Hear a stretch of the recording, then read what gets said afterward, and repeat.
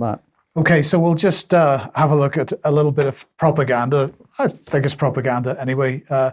You may have noticed there's quite a lot of stuff in the media at the moment about nuclear weapons.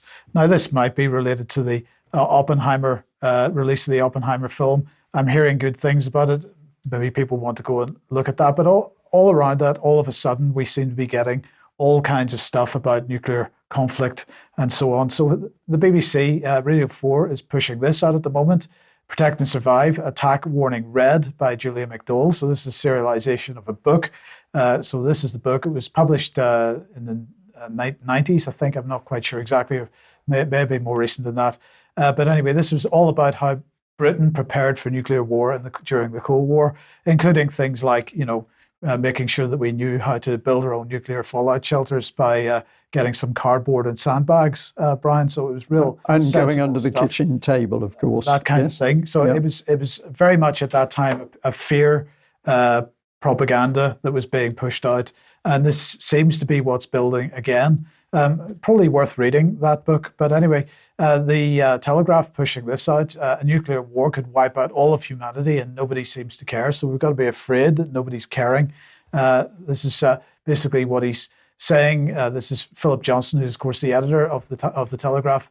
Perhaps we just don't want to think about it, but misunderstandings can bring nuclear war perilously close to reality. So we've got to be getting nice and afraid, Brian? Yeah, so it's nothing to do with creating a war in Ukraine to bring us closer to an actual war in Eastern Europe. It's all to do with misunderstandings. Yes, yeah. but probably the worst and most egregious little bit of propaganda is just in time for the next Remembrance Sunday. The government has released a design for the new nuclear test medal.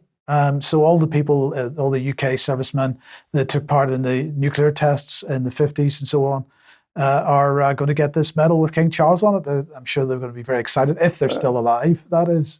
I'm stunned about this, Mike, because, of course, our government worked very hard for very many years to make sure that none of the servicemen who were damaged in the nuclear tests were ever given any compensation. And if I remember correctly, the crew of the warship HMS Diamond fought repeatedly for recognition and compensation after they were forced to sail through fallout zones, but the government continually blocked their efforts. So this is a cynical effort by the King, I think, here, Mike. It absolutely is. And I just make the point, I was having a look at one or two of the government documents about the issue of whether people had, been injured or got cancer as a result of what happened in the 1950s with these tests, and the language used in them. Well, you could put that report alongside a report about COVID-19 vaccination,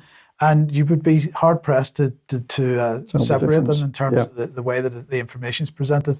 But anyway, look, we're just about out of time, so let's end with this.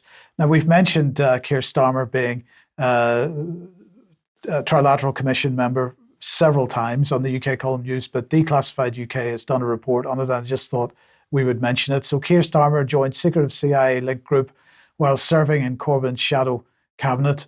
Starmer served on the Trilateral Commission alongside two former heads of the CIA without telling Jeremy Corbyn, who would have blocked it, Declassified can reveal. So they're saying that the Trilateral Commission describes itself as a global membership organization which seeks to discuss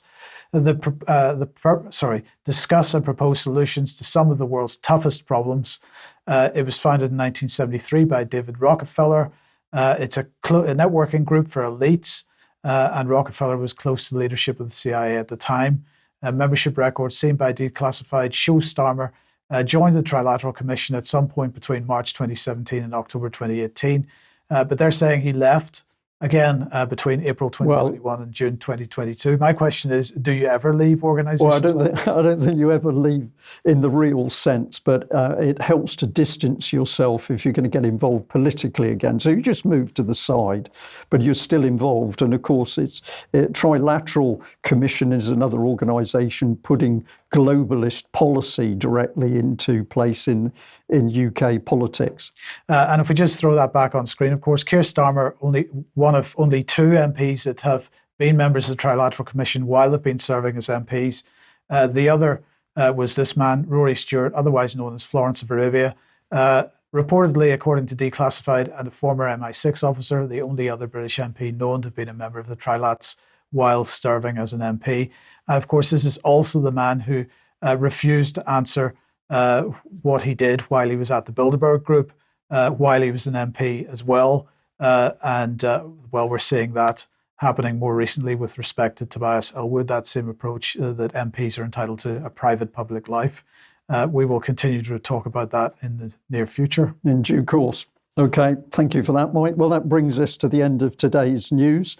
Thank you to Mike, thank you to Vanessa, and also a very big thank you to everybody who is supporting the UK column, because we can only do what we do with your financial support, and it's really tremendous what the people are doing who've supported us with donations or subscriptions to date, because we are expanding. So thank you very much.